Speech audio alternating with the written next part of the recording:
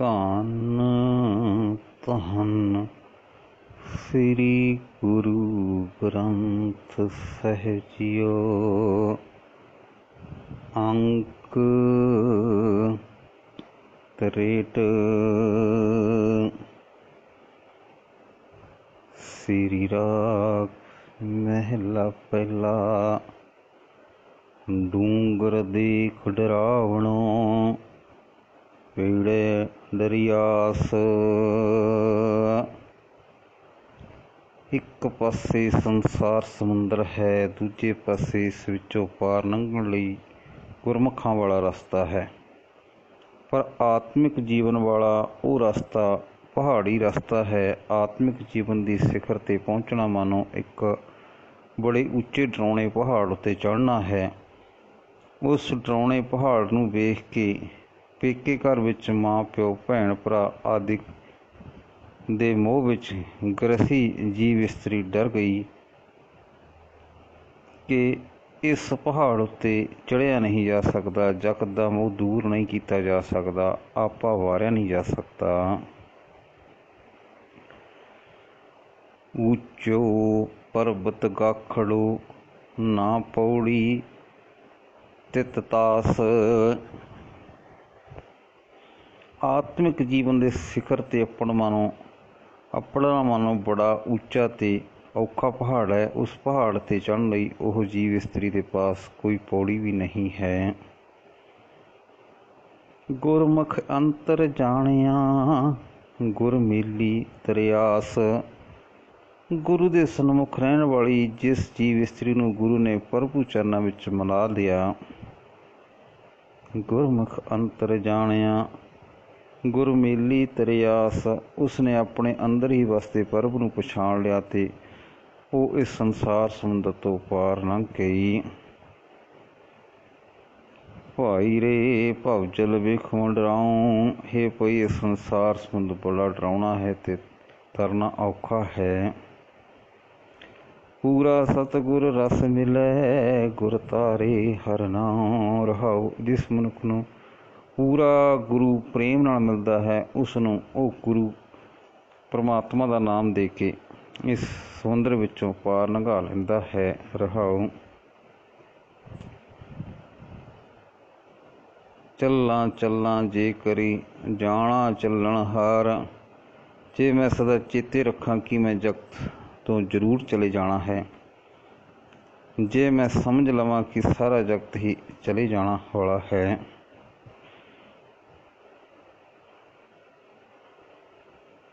ਜੋ ਆਇਆ ਸੋ ਚਲਸੀ ਅਮਰ ਸੂ ਗੁਰ ਕਰਤਾਰ। ਜਗਤ ਵਿੱਚ ਵੀ ਜੋ ਵੀ ਆਇਆ ਹੈ ਉਹ ਆਖਰ ਚਲਾ ਜਾਏਗਾ। ਮੌਤ ਸਹਿਤ ਇੱਕ ਗੁਰੂ ਪਰਮਾਤਮਾ ਹੀ ਹੈ, ਮੌਤ ਰਹਿਤ ਇੱਕ ਗੁਰੂ ਪਰਮਾਤਮਾ ਹੀ ਹੈ।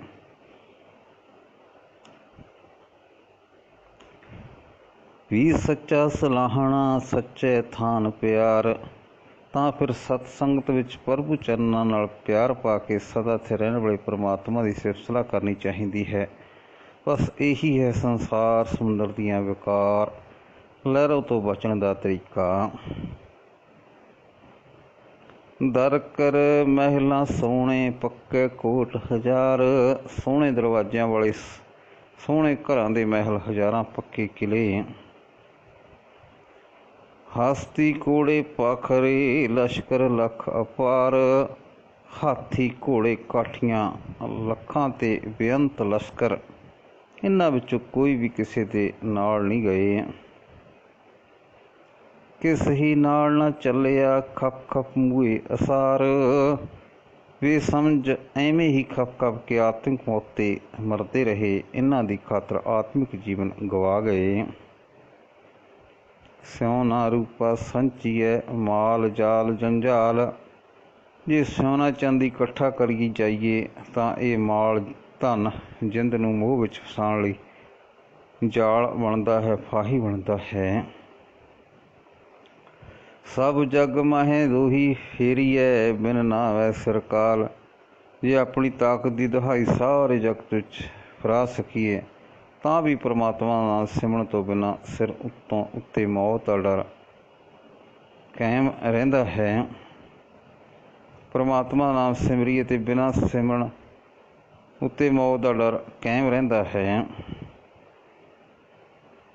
ਪਿੰਡ ਪੁੜੇ ਜਿਉਂ ਮੇਲ ਸੀ ਵੱਧ ਫੈਲੀ ਕਿਆ ਹਾਲ। ਜਦੋਂ ਜ਼ਿੰਦਗੀ ਦੀ ਖੇਡ ਜਾਂਦੀ ਹੈ ਤੇ ਸਰੀਰ ਮਿੱਟੀ ਹੋ ਕੇ ਢਹਿ ਜਾਂਦਾ ਹੈ, ਤਦੋਂ ਧਨ ਪਦਾਰਥਾਂ ਦੀ ਖਾਤਰ ਮੰਦੇ ਕੰਮ ਕਰਨ ਵਾਲਿਆਂ ਦਾ ਭੈੜਾ ਹਾਲ ਹੀ ਹੁੰਦਾ ਹੈ। ਪੁੱਤਾਂ ਦੇਖ ਵਿਕਸੀਏ ਨਾਰੀ ਸੇਤ ਭਤਾਰ। ਪਿਓ ਆਪਣੇ ਪੁੱਤਰਾਂ ਨੂੰ ਵੇਖ ਕੇ ਖੁਸ਼ ਹੁੰਦਾ ਤੇ ਖਸਮ ਆਪਣੀ ਸੇਜ ਉੱਤੇ ਇਸਤਰੀ ਨੂੰ ਵੇਖ ਕੇ ਖਿੜਦਾ ਹੈ। ਚੋਆ ਚੰਦਨ ਲਾਈਐ ਕਾਪੜ ਰੂਪ ਸ਼ਿੰਗਾਰ। ਇਹ ਸਰੀਰ ਨੂੰ ਆਤਰ ਤੇ ਚੰਦਨ ਲਾਈਦਾ ਹੈ। ਸੋਹਣਾ ਕੱਪੜਾ ਰੂਪ ਗਹਿਣਾ ਆਦਿਕ ਵੇਖ ਕੇ ਮਨ ਖੁਸ਼ ਹੁੰਦਾ ਹੈ। ਖੇਹੂ ਖੇਹ ਰਲਾਈਐ ਛੋੜ ਚੱਲੇ ਘਰ ਵਾਰ। ਪਰ ਆਖਰ ਸਰੀਰ ਮਿੱਟੀ ਹੋ ਕੇ ਮਿੱਟੀ ਵਿੱਚ ਚਲਾ ਜਾਂਦਾ ਹੈ ਤੇ ਮਾਣ ਕਰਨ ਵਾਲਾ ਜੀਵ ਘਰ ਬਾਰ ਛੱਡ ਕੇ ਸੰਸਾਰ ਤੋਂ ਚਲਾ ਜਾਂਦਾ ਹੈ। ਮਹਿਰ ਮਲੂਕ ਕਹਾਈਐ ਰਾਜਾ ਰਾਓ ਕੇ ਖਾਨ। ਸਰਦਾਰ ਬਾਦਸ਼ਾਹ ਰਾਜਾ ਰਾਓ ਜਾਂ ਖਾਨ ਅਖਵਾਈਂਦਾ ਹੈ। ਚੌਧਰੀ ਰਾਓ ਸਦਾਈਐ ਜਲ ਬਲੀਐ ਅਭਿਮਾਨ। ਆਪਣੇ ਆਪ ਨੂੰ ਚੌਧਰੀ ਰਾਏ ਸਾਹਿਬ ਆਦਿ ਸਦਾਈਂਦਾ ਹੈ। ਇਹ ਬੜਪਣ ਤੇ ਅਹੰਕਾਰ ਨਾਲ ਸੜ ਮਰੀਂਦਾ ਹੈ। ਜੇ ਕੋਈ ਪੂਰਾ ਮਾਣ ਆਦਰ ਨਾ ਕਰੇ। ਮਨਮੁਖ ਨਾਮ ਵਿਸਾਰਿਆ ਜਿਉਂ ਡਬ ਦਹਾ ਕਾਨ। ਦਦਾ ਕਾਨ ਡਬ ਦਦਾ ਕਾਨ। ਪਰ ਇਤਨਾ ਕੁਝ ਹੁੰਦਿਆਂ ਵੀ ਆਪਣੇ ਮਨ ਦੇ ਪਿੱਛੇ ਤੁਰਨ ਵਾਲੇ ਮਨੁੱਖ ਨੇ ਪਰਮਾਤਮਾ ਦਾ ਨਾਮ ਭੁਲਾ ਦਿੱਤਾ ਤੇ ਇਉਂ ਦੱਸਿਆ ਜਿਵੇਂ ਜੰਗਲ ਦੀ ਅੱਗ ਦਾ ਸੜਿਆ ਹੋਇਆ ਕਾਨਾ ਹੈ, ਬਾਹਰੋਂ ਚਮਕਦਾ ਤੇ ਅੰਦਰੋਂ ਸੜ ਕੇ ਕਾਲਾ। ਹਉਮੈ ਕਰ ਕਰ ਜਾਇਸੀ ਜੋ ਆਇਆ ਜਗ ਮਾਹੇ। ਜਗਤ ਵਿੱਚ ਜੋ ਵੀ ਆਇਆ ਹੈ ਮੈਂ ਵੱਡਾ ਹਾਂ ਮੈਂ ਵੱਡਾ ਆਖ ਕੇ ਆਖਰ ਇੱਥੋਂ ਚਲਾ ਜਾਏਗਾ। ਸਭ ਜਗ ਕਾਜਲ ਕੋਠੜੀ ਤਨ ਮਨ ਦੇਹ ਸਵਾਹਾ। ਇਹ ਸਾਰਾ ਜਗਤ ਕੱਜਲ ਦੀ ਕੋਠੜੀ ਸਮਾਨ ਹੈ। ਜਿਹੜਾ ਵੀ ਇਸ ਦੇ ਮੋਹ ਵਿੱਚ ਫਸਦਾ ਹੈ ਉਸ ਦਾ ਤਨ ਮਨ ਸਰੀਰ ਸਵਾਹ ਵਿੱਚ ਮਿਲ ਜਾਂਦਾ ਹੈ। ਗੁਰ ਰਾਖੇ ਸੇ ਨਿਰਮਲੇ ਸ਼ਬਦ ਨਿਵਾਰੀ ਪਾਹਾ। ਗੁਰੂ ਨੇ ਆਪਣੇ ਸ਼ਬਦ ਦੇ ਰਾਹੀਂ ਜਿਨ੍ਹਾਂ ਦੀ ਤ੍ਰਿਸ਼ਨਾ ਅੱਗ ਦੂਰ ਕਰ ਦਿੱਤੀ, ਉਹ ਇਸ ਕੱਜਲ ਕੋਠੜੀ ਵਿੱਚੋਂ ਸਾਫ਼ ਸੁਥਰੇ ਹੀ ਰਹੇ। ਨਾਨਕ ਤਰੀਏ ਸੱਚ ਨਾਮ ਸਿਰ ਸੱਚਾ ਪਾਤਸ਼ਾਹ। ਜਿਹੜਾ ਪਰਮਾਤਮਾ ਸਭ ਸਾਹਾਂ ਦੇ ਸਿਰ ਉੱਤੇ ਪਾਤਸ਼ਾਹ ਹੈ, ਉਸੇ ਦੇ ਸਦਾ ਸਿਰ ਨਾਮ ਵਿੱਚ ਜੁੜ ਕੇ ਇਹ ਸੰਸਾਰ ਸਮੁੰਦਰ ਵਿੱਚੋਂ ਪਾਰ ਲੰਘੀਂਦਾ ਹੈ। ਮੈਂ ਹਰ ਨਾਮ ਨ ਵਿਸਰੈ ਹਰ ਨਾਮ ਰਤਨ ਵਿਸਾਹਾ।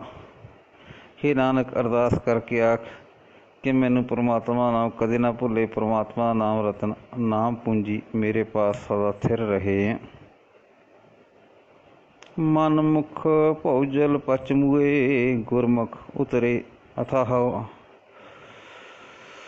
ਮਨਮੁਖ ਭਉਜਲ ਪਚ ਮੂਏ ਗੁਰਮੁਖ ਤਰੇ ਅਥਾਹ। ਆਪਣੇ ਮਨ ਦੇ ਪਿੱਛੇ ਤੁਰਨ ਵਾਲੇ ਬੰਦੇ ਸੰਸਾਰ ਸਮੁੰਦਰ ਵਿੱਚ ਖਪ ਖਪ ਕੇ ਆਤਮਿਕ ਮੌਤ 'ਤੇ ਮਰਦੇ ਹਨ ਤੇ ਗੁਰੂ ਦੇ ਸਨਮੁਖ ਰਹਿਣ ਵਾਲੇ ਇਸ ਬੇਅੰਤ ਡੂੰਘੇ ਸੰਸਾਰ ਤੋਂ ਪਾਰ ਲੰਘ ਜਾਂਦੇ ਹਨ। ਉਹ ਵਿਕਾਰਾਂ ਦੀਆਂ ਲਹਿਰਾਂ ਵਿੱਚ ਨਹੀਂ ਡੁੱਬਦੇ। ਵਾਹਿਗੁਰੂ ਜੀ ਕਾ ਖਾਲਸਾ ਵਾਹਿਗੁਰੂ ਜੀ ਕੀ ਫਤਿਹ।